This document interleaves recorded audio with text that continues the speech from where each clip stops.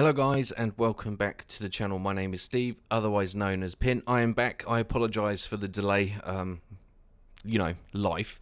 But I'm back, and today we're going to take a look at the Drake Caterpillar, a ship I've been sorting after, pining for, in fact, for a very long time. There are some aspects to the ship that really drew me in. First of all, it looks awesome. And it is a fan favourite, I would like to think. Some people like the asymmetric look on ships, others don't. I love the asymmetric look of ships, and this ship is no exception. It is Drake, so we know it's going to be very bare bones industrial. No comforts, no creature comforts, but it is extremely functional. The engines look amazing. Those top two main engines just blatantly look like they've been taken off the back of an F-14 Tomcat, which is probably why I like it so much. But overall, for its design and the way it looks, the way it's shaped, the modularity that comes with this ship is all excellent in my opinion. Now, I've recently tried to downsize my fleet a little bit. I just melted my Polaris, which was a very tough decision.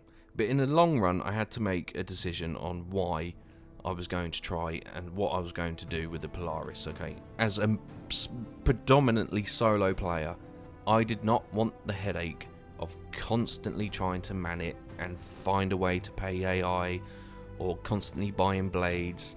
I just didn't want the hassle. So I had to, in my mind, future-proof myself with a solo fleet.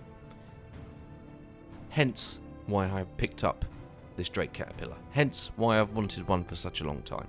So not only does it have a respectable crew size, that's easily managed and can be played with the few friends that I play with occasionally, okay? But for a solo standpoint, this ship is going to offer me a lot. I also try to review the ships in the sense that the game has finished, okay? It's all very well and good talking about what they do now. So the Drake Caterpillar at this very moment is just particularly cargo, okay? Which is great, nothing wrong with that. But I wanted something that's going to help future-proof myself.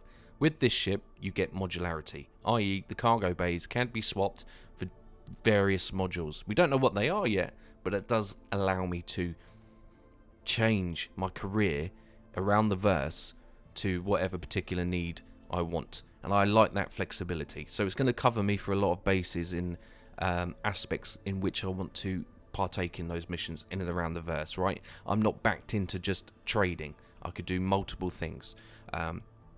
Which was a huge selling point. Also, I love the fact that the cockpit bridge area is in itself a separate spacecraft which is attached to the hull, which is also really, really cool. So in the future, the cockpit cabin area will detach and we will be able to go fly other places. In Star Citizen lore, there have been cases where the cockpit is detached, flown off and attached itself to someone else's Caterpillar's chassis and stolen the entire cargo bay. I think that's brilliant. I love that aspect of gameplay.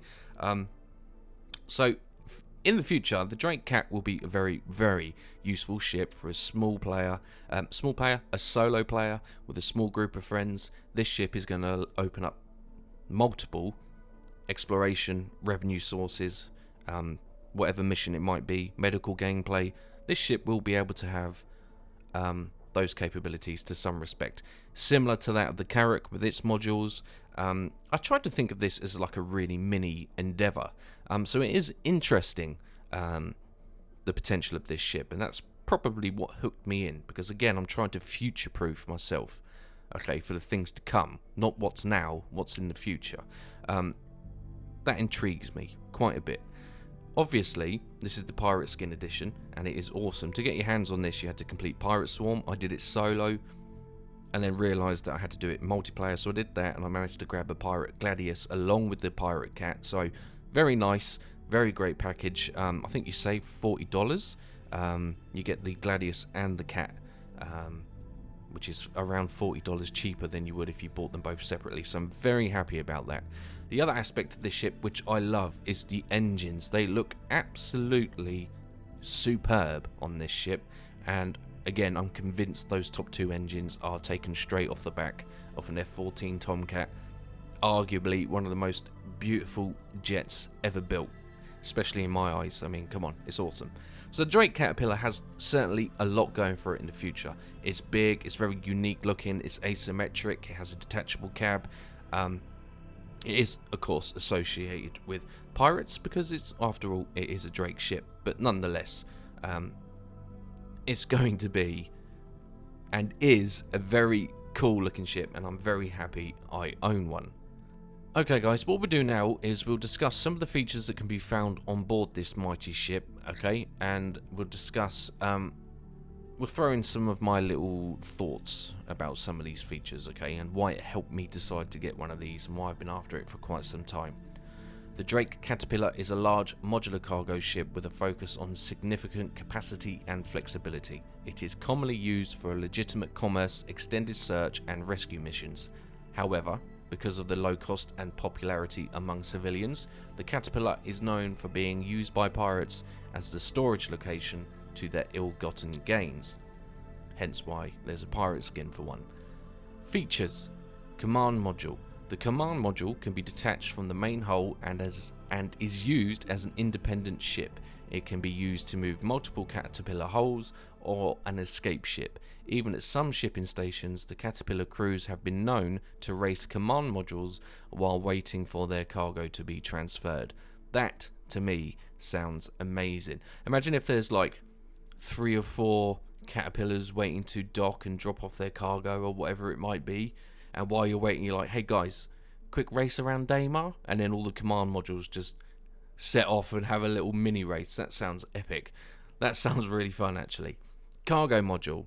The cargo modules are outfitted with side access elevators that allow all sections to act as a self-contained unit, which allows people to add or remove cargo without disturbing any of the other modules. Front Cargo Bay.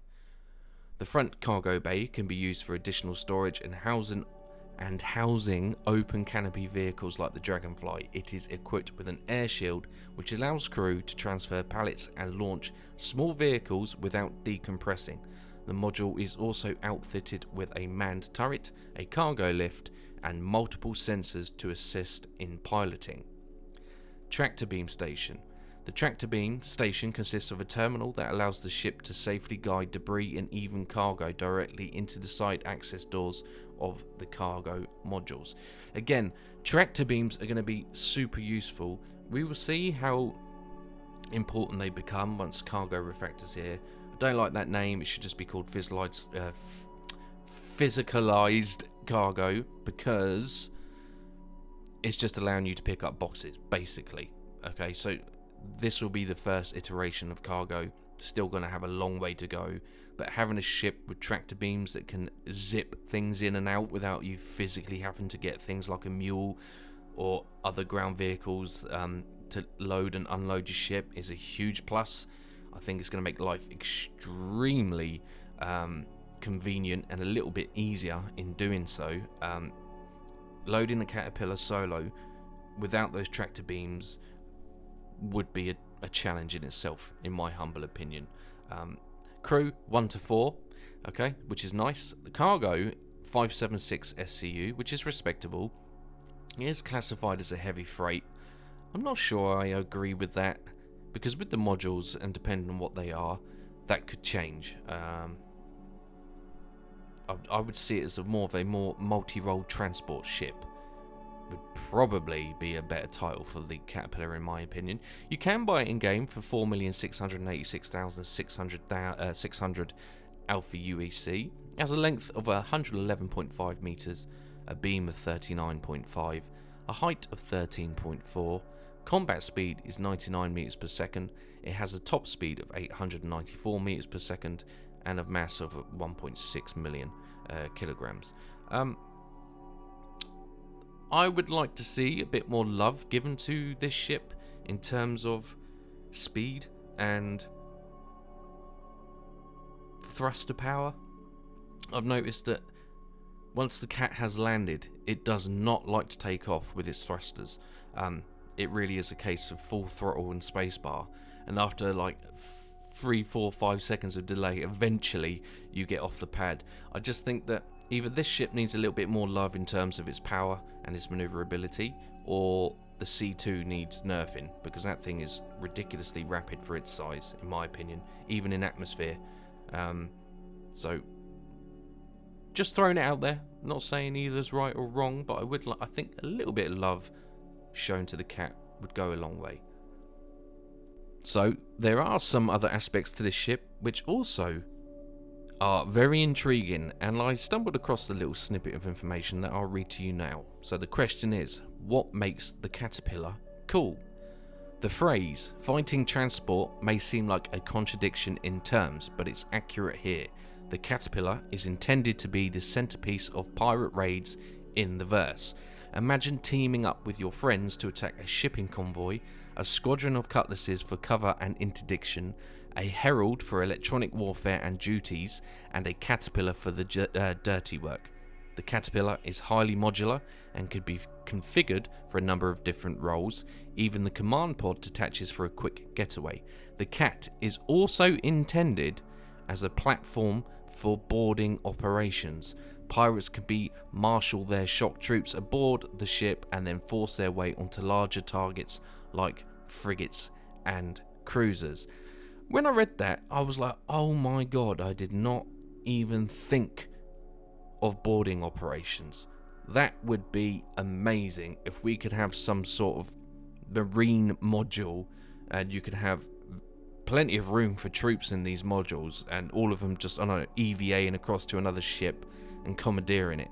And that never dawned on me, and I thought, oh my god, that does sound cool. So hopefully we get something along those lines, because I didn't even realise that was a thing. And then I read that and I was like, oh Jesus, yes, awesome, amazing. So that is another aspect of the ship that might happen in the future. I don't know. For larger orgs out there, that is something certainly to consider. So yeah, very interesting indeed, and I like that sort of aspect. It's got a dirty side to Caterpillar. Very sort of, it looks sluggish and feeble, but it's got sinister undertones, this ship. Okay guys, so we've studied the exterior quite extensively, and it is a very unique and pretty exterior, asymmetric, and it's cool. Let's begin our journey through the interior of the ship, and we'll start off with this area here. So this is the main access to the ship itself. There's this like big industrial elevator with these strong arms on the right, which look really awesome. Moving in through there, we will of course reach habitation.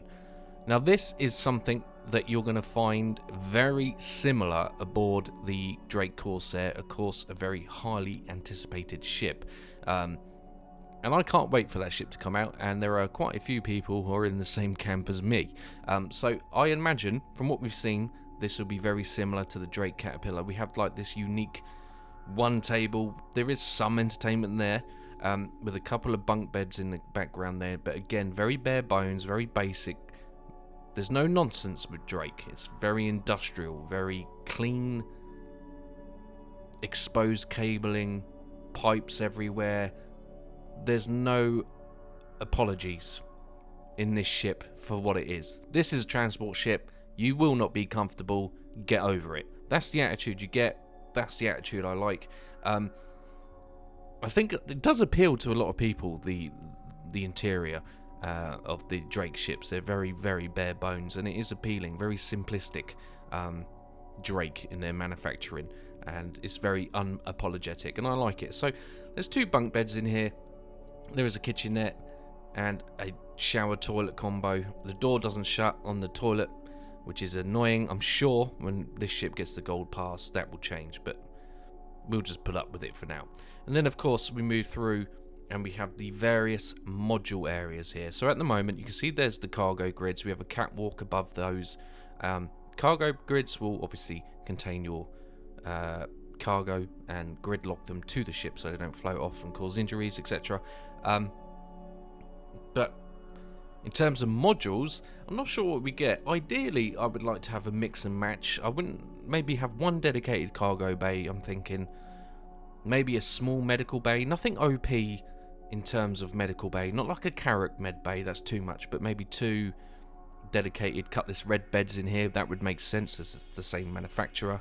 And then maybe a armory or ground vehicle bay or something along those lines, technician bay, a repair bay, something like that. That would be really cool. They are very big, very dingy, very sci-fi, lots of lights, which I enjoy actually. If a ship doesn't have lights like this, I get annoyed for some reason. I just like the lights, but it does look good in here. So there's a lot of potential for this ship, and I can't wait to see what they do with it. I know the doors are going to get reworked so that they should be able to touch the ground. How they do that, they did admit that it would be a challenge, but we'll discuss that more when we actually operate the doors, when we do the walk around of the ship. And this is the nose cargo area. I think if I had the choice, I think this is where I would more than likely want my vehicle bay to be, so that they can drive in and out the ship. If I had other people around, for example, or AI, they could drive in and out without disturbing any cargo loading from the other modules. I think that's the direction I would like to take. We also have, above that station, we have the top turret seat just here. Again, it is a bit tricky to get to that turret. If you're caught with your back against the wall, you are going to have to sprint like crazy to get there and man that. It's just something to be aware of. There are various corridors in the ship. We have an EVA room, but again, it's very simple. The corridors are a little bit tight. I think if people are scrambling, but if it's a 4-man crew, I don't think it'd be an issue. If you've got Marines on board or pirates and you're going to raid, it could be an issue. We'll see how it plays out, but at the moment, like I said, 90% of the time, you're flying by yourself. Of course, it's not going to be an issue, but we'll see. We'll see. I think it'll be okay. And then we have the command bridge here. So here you'll find your tractor beam station on that terminal. Again, I think that will be very useful, especially for someone like me who is predominantly playing solo. Even with a little mule on board, I'm sure the tractor beams will be worth their weight in gold. There's really not a lot to this room. It has great visibility, and it needs to, obviously, for moving cargo to and from the ship via the tractor beam. Then we come to the command module, the cockpit area. We do have 2 large seats at the back, support seats. They don't do anything at the moment, but I think you can access like the basic ship shields and all that sort of stuff. But I would like to see some more infrastructure for those support seats. Maybe operating or tracking ground vehicles you've deployed. I don't know. In the cockpit itself, we do get the double stack seating system that we're all familiar with in Drake ships. The Corsair has a much better one, but this is typical from Drake. It's a staggered seating system, and it is operated by the pilot at the front with the nice MFDs and that yoke. I really like the yoke on this ship. It looks really good. It's clean, it's crisp, it's very functional, no bells and whistles. It's there are Formula 1 steering wheels are more complicated than this. Just shows you how bare bones Drake really are. But the MFD and cockpit layout is absolutely superb. I'm a huge fan of the MFDs on Drake ships. Everything is within easy reach, easy to read. It's in that lovely green colour. Yeah, very, very cool. Basic. Very basic for a ship of this size. Typical Drake stuff. Towards the rear then, you'll see we have the support seats again, and we have a ladder that will take us down to the second deck of the command module itself. And there's like a whole different area. But again, it's a little bit tight. I feel like in an emergency, I think accidents could happen. Probably. We'll see. It's a little bit tight. I think it's fine for now, to be honest. Maybe I'm just overreacting a little bit, but I think it's a little bit tight between the seats. But we'll see how that all plays out. Downstairs, of course, from the top deck, we have like a little resting table with a TV with information on it. 2 more bunk beds. We have a shower toilet system located behind the ladder, which is difficult to see. We also have the kitchenette there opposite. So there is the capabilities to survive for quite a long time in this command module if it detaches from the hull of the ship, which is pretty cool, I think. Makes this ship ever more appealing to me because it gives us, again, more options, which is great.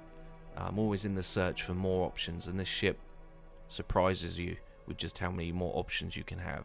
But the design language of this ship is very bare bones, unapologetic, still great floors. I love the steam effects, all the cable ties around the wires. You know, scaffolding, pipes, God knows, it's a tidy mess. That's how I would describe the interior of Drake's ships. It's a tidy mess. So I think that's probably the best way to describe it. It's brilliant. We have the servers here. A server room. So this is where you're going to plug your blades in to operate the turrets if you're solo. Again, there's only 2 turrets. They do carry 2 size 4 rhinos each. I will discuss my thoughts on the weaponry with the turrets a little bit later on as we progress through the ship. There's some changes I would like to make there. But so this is essentially where you'll be inserting various blades to operate the ship, which is useful. So it does have a dedicated server room, which is really good. And it does look pretty good, I think. It's not as posh as some of the other server rooms in like the Crusader MSR, for example. But as long as it gets the job done, then there's really no issue. But very sort of cold. The ship gives you a cold feel. So here we are in the power plant room now, and I like it. Very basic, easy to reach though, and engineering is going to be very important. We know that. I think a decent engineer will be well sought after in and around the verse. I truly believe it. Probably the most important role on any ship is the engineer. We'll see. I hope so. But in here it's very dark, dingy. It feels cold. We've got the steam dripping down onto the power plant itself. It's a very nice touch. They are massive, those power plants. Through there, it takes us through to the jump drive module area. I believe you should be able to get access to the jump drive. The ship does have one. I'm imagining it's going to sit round about here, and I think it would more than likely cut off part of this alleyway, ?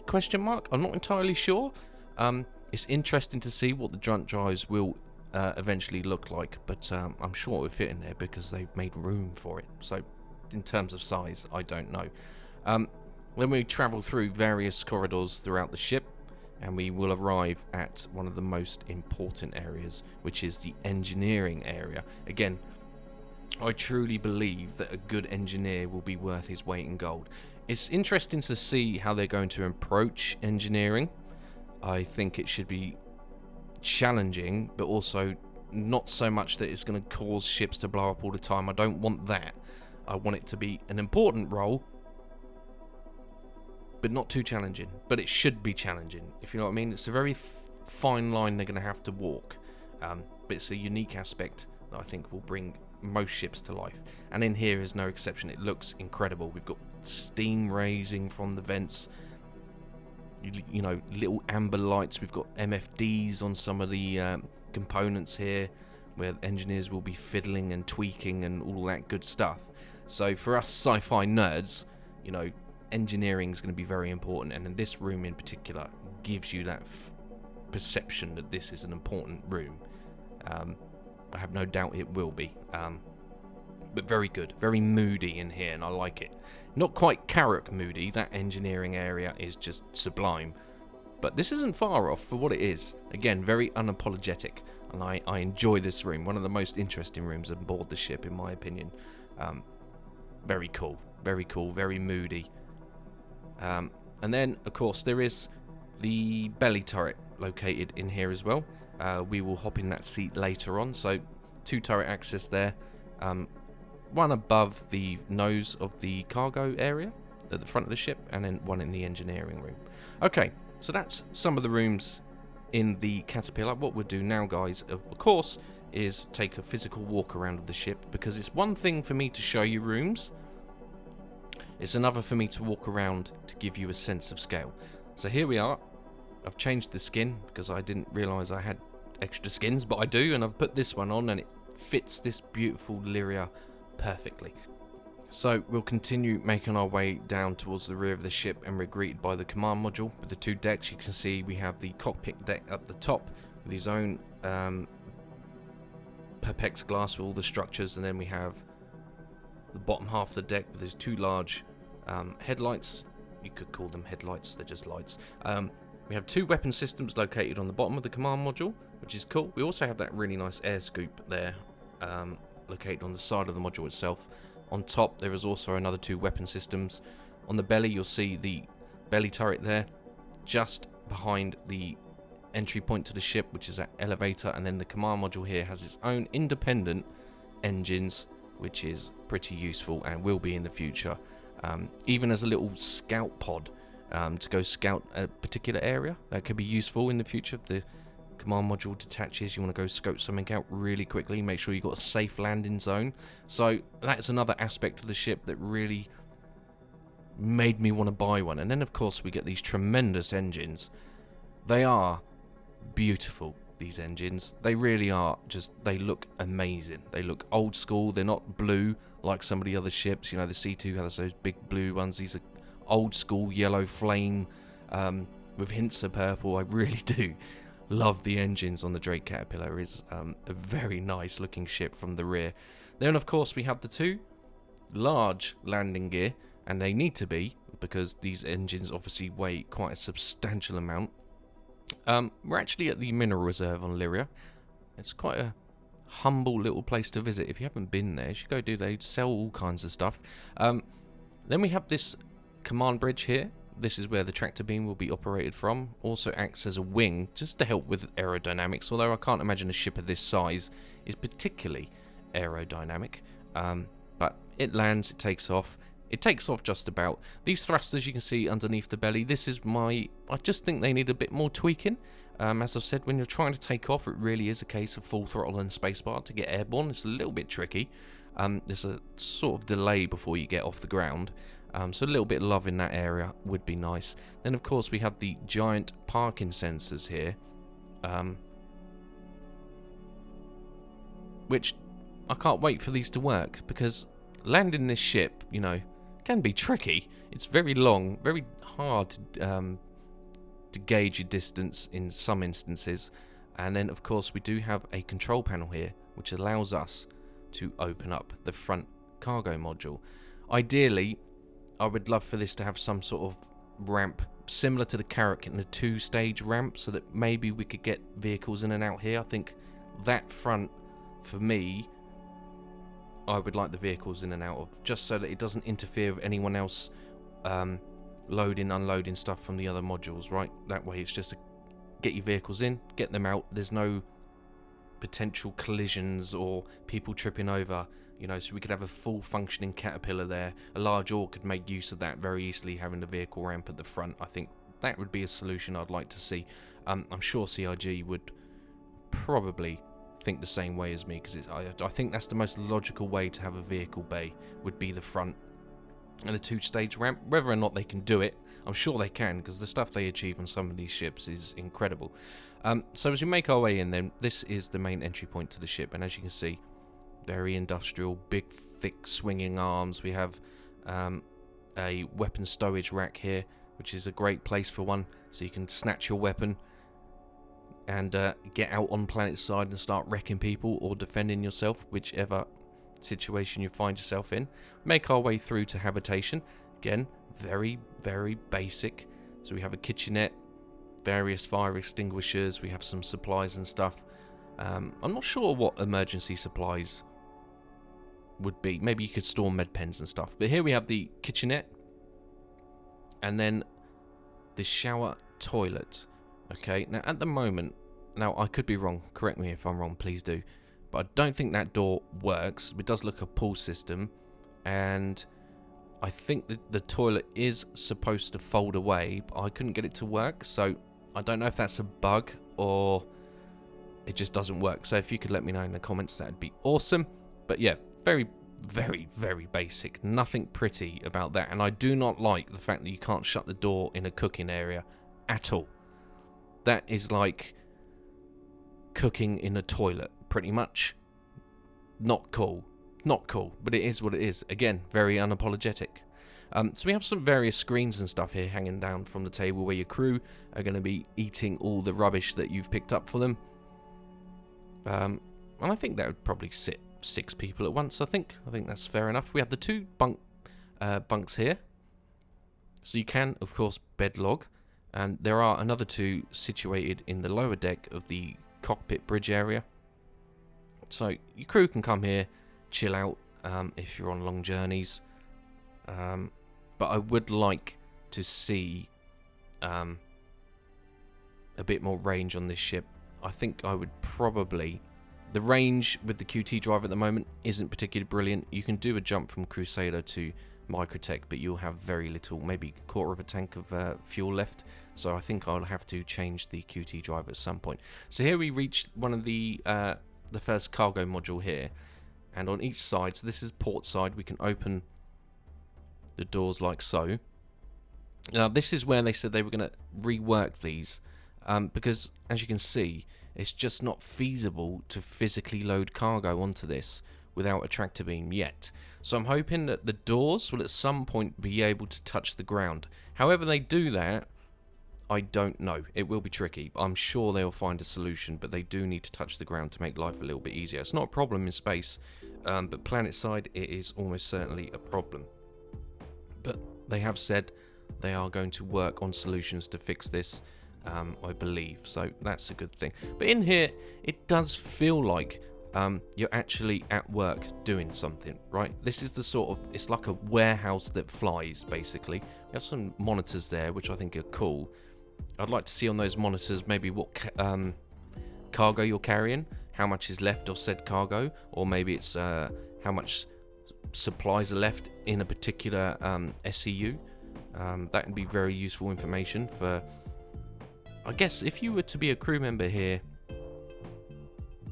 what would your title be? Cargo Master? Oh, I like that. We'll go with that. So, IW Cargo Master. And it'd be your job to, well, deal with the cargo, unloading, unloading, all that stuff. Again, you can see here we do have access to the doors via the top rail as well. So if the cargo master, I like that phrase by the way, if the cargo master is overseeing the work being done, he has access to and from the doors, which I think is excellent. That is an excellent touch. Granted, it's just on the one side, but still it's very useful. Port on the left, starboard on the right, so you can access both doors,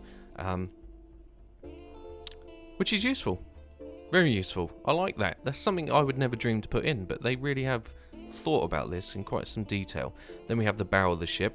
So this is the front one. This is where I'd like to have the vehicle bay and just have that open up, and then we can drive our vehicles in and out. Just for simplicity, I think that is key. We'll see what direction they take, but I do love that whole animation. The whole door slides forward. Here we have the upper turret. Now, these are exposed. So you do need a helmet on, because you will immediately start to suffocate, hence why we've got weather in here. But we'll power this up. So this is obviously the top turret. And we get good range and motion. And with the change coming to combat, I'm on the fence about it. I like the two master modes. I do feel like light fighters should not be clapping everything, and I do feel like attacking a ship like this with man turrets should be a risk, and you should not be able to skate around these turrets. You know, attacking a hammerhead should be a very well thought out and planned process, not just driving circles around it, shooting the shit out of it. So, because I want the heavy fighters and big ships like this to have a chance of defending itself relatively well. So we'll see how that pans out, but I'm very much looking forward to it. So there's a set of 2 rhinos on there. You saw excellent fire rate. Now let's talk about the turrets a little bit while we've just got in one. I think for a ship like this, it's not really a combat ship, although it has a little bit of sinister undertone to it, and you could take it into combat scenarios. I think I will more than likely in the future swap out those rhinos for some sort of Gatling gun, so we get maximum DPS, so that we can put down a ridiculous amount of firepower. Maybe blow up a ship or 2 and then get the hell out. GTFO.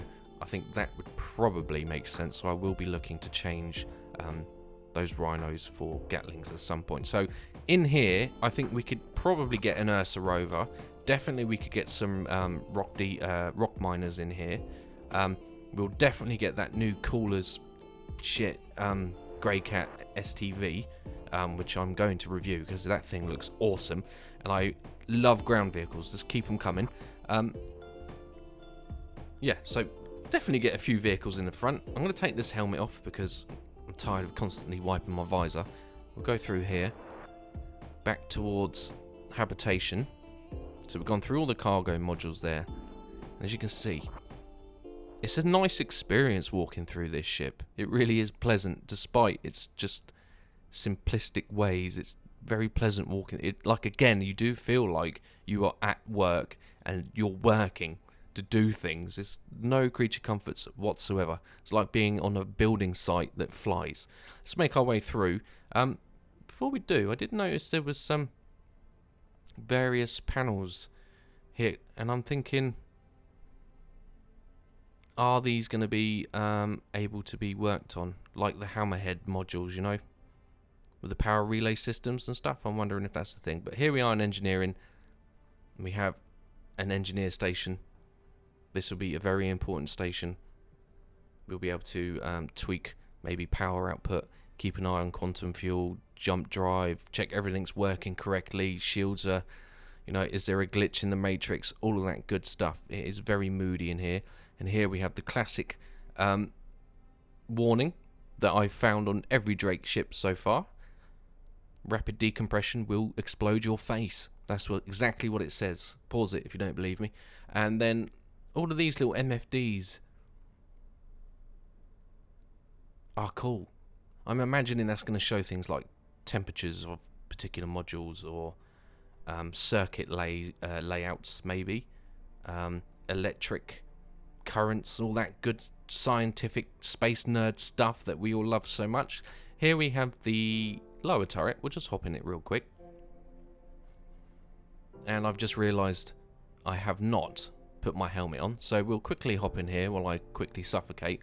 As you can see, fairly long ship. I'm not going to move it around, but it will have pretty good firing arcs from underneath that belly because the ship's so long. There's no particular obstructions apart from that long chassis itself, so that'll be alright. Nearly died, but it's okay. We'll soldier on. Then we'll go through to the stairway axis and make our way up these moody stairs. Again, some more panels and things here. Now, this is one of the most clean areas of the ship. There's not too many panels everywhere. And we'll go through to where the tractor beam station is. There's not a lot in here. I would like to see some other things added in here because it's essentially a space for the tractor beam and nothing else in it. But you would use this terminal. It does have fairly good visibility, and it needs to, because if you're hauling or moving large, manipulating cargo that's large, you don't want to injure anyone. The only problem is you can't see right underneath the ship, so maybe you might have someone outside saying, yeah, you've got it, bring it in, whatever.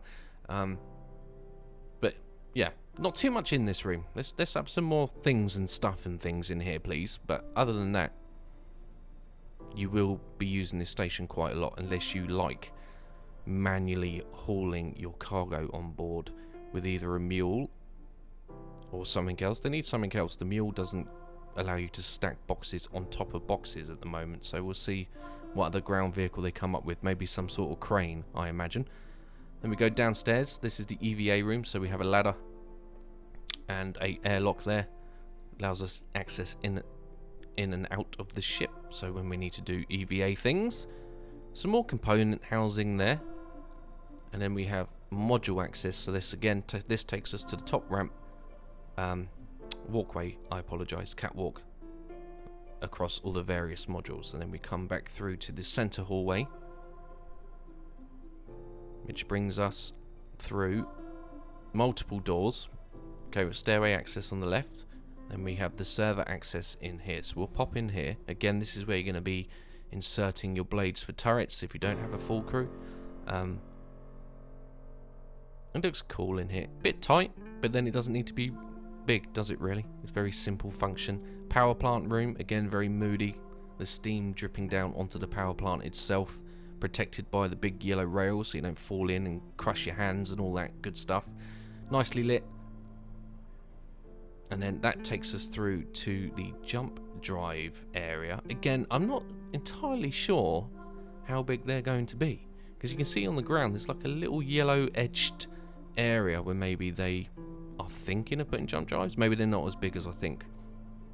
And then we have the ladder here. It takes us directly down to the engineering room, so we can get to the jump drive straight from engineering, which is smart, and the power plants very quickly up the ladder and around the corner. I like that. In emergencies that will be extremely useful. So we'll go back through power plant, And then we'll go through, and it is, those power plants are huge. Look at the size of that. Ridiculous. So we'll make our way through to upper hallway. Server access on the left. We'll come back out. That's EV8. Another stairway access here. Takes us back down to the elevator area. There's a tractor beam, so we need to go this way. Nearly got lost in my own ship. Command access. So this is where the cockpit and support seats are located. So we have the 2 support seats here at the rear, along with the ladder, which takes us to the bottom half. So we'll go down here first. And as you can see, we're greeted by 2 more bunks, so that's the 4 crew covered. We have a door here that doesn't open at the moment. So that will be the docking collar for the command module. We have the tractor beam access here as well, with his own windowed cockpit area, I guess, which again will be useful. We have a weapon rack on the left, another little table there for the crew to chill out, the other 2 beds, and then opposite the beds we have the small kitchenette there, just there, and an extinguisher. So you could survive for quite a while on board just this command module, which is really cool. So you might even be able to do a little bit of scouting exploration, which is nice. Then we do have an actual shower in here without a toilet, but I do think at the bottom there is like a little slat or something that maybe a toilet could come out of. I'm sure that's probably the case, because if this is detached from the main body of the ship, you're not going to have a toilet. So I would like to think that that will in fact become a toilet. And we have, of course, the weapon rack, some more fuses and stuff. Very cool ship. The future potential of this thing could be very useful indeed. Lots of fun to be had with the Drake Caterpillar and its modularity, its small crew size, server room for blades. So here we have the 2 support seats. Nothing particularly special with them at the moment. We'll see just how useful they become in the future. We move towards the front. We have the co-pilot seat here. And then, of course, the pilot seat here with that beautiful, beautiful yoke. So let's sit in that. If we can. There we go. So, visibility. Well, it's not brilliant, but it doesn't need to be. But you do get to look at that brilliant, brilliant exterior of the ship. That long hole pointing right in front of you. But the MFDs are superb. The radar is superb. It's straight in the middle. You can't. Everything's at your fingertips. Everything's really nice and easy to read. I do enjoy the Drake MFDs. I do think they're some of the better ones from all the manufacturers in game. Drake, very clearly labelled, easy to read, and it is something I enjoy with the Drake. And of course, who doesn't like that night vision green? So the visibility isn't too bad. Once you get used to the struts, you don't notice them. The yoke itself is awesome. Again, very simplistic for a ship of this size. As I've said before, there are Formula 1 steering wheels that have more buttons than this ship, which is amazing. So hopefully they bring some functions online for that steering wheel, because that really would be epic. So there we go, guys. That was the walk around and mini tour of the internal of the ship. It's very cool. So what we'll do now, of course, is discuss the ship components.